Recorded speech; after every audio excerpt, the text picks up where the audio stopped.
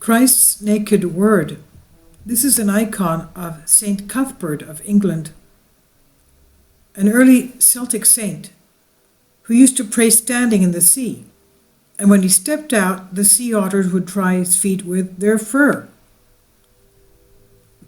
Quote, "The more I examine myself, the more I see that a life devoted to constructing and organizing, a life which produces positive results and which succeeds, is not my vocation, even though out of obedience I could work in this direction and even obtain certain results.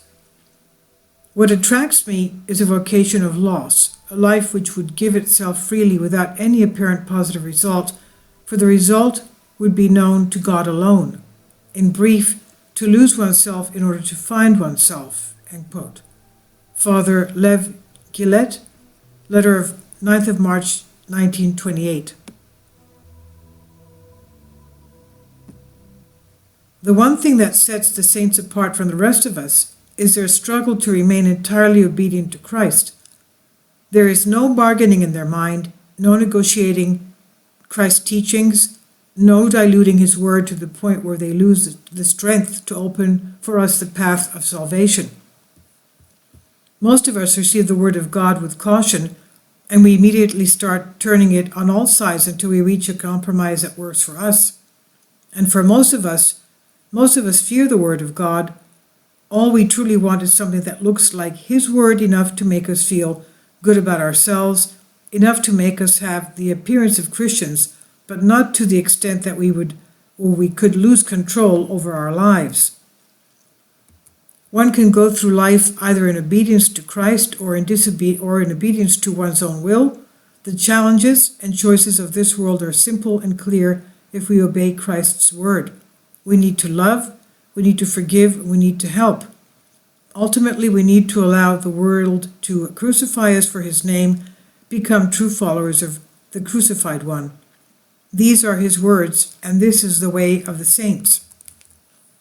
Things only seem complicated when our brain gets in the way. Things only seem unclear when we begin negotiating Christ's word, looking for a human version of it which does not lead to the cross. Unfortunately, we always succeed. Unfortunately, we have the frightening ability to reduce Christ's teaching to something that excludes the cross. The danger, though, is that without the cross, there can be no resurrection either. The saints are not like that. The saints do not build an idol of their early earthly lives. They have no vision of a perfect life here, no vision of a perfect self in this world. They remain faithful to Christ and his word, and allow nothing of this world to come between them and their God. Look at St. Cuthbert.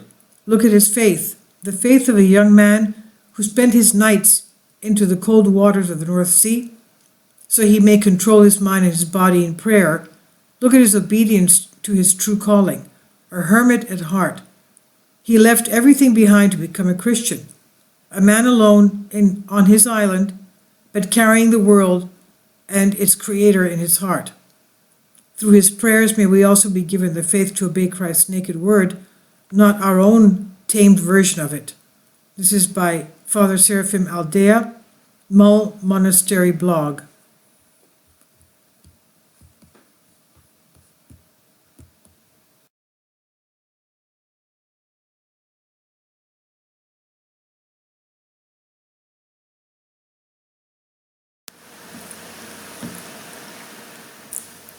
If you'd like to join me on my Patreon account, you will hear content not covered by mainstream media.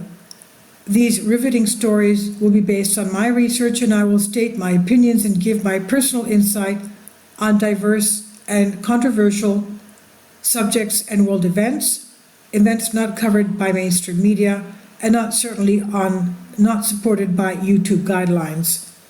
So whatever I have on my Patreon, most of those will not be on my YouTube channel.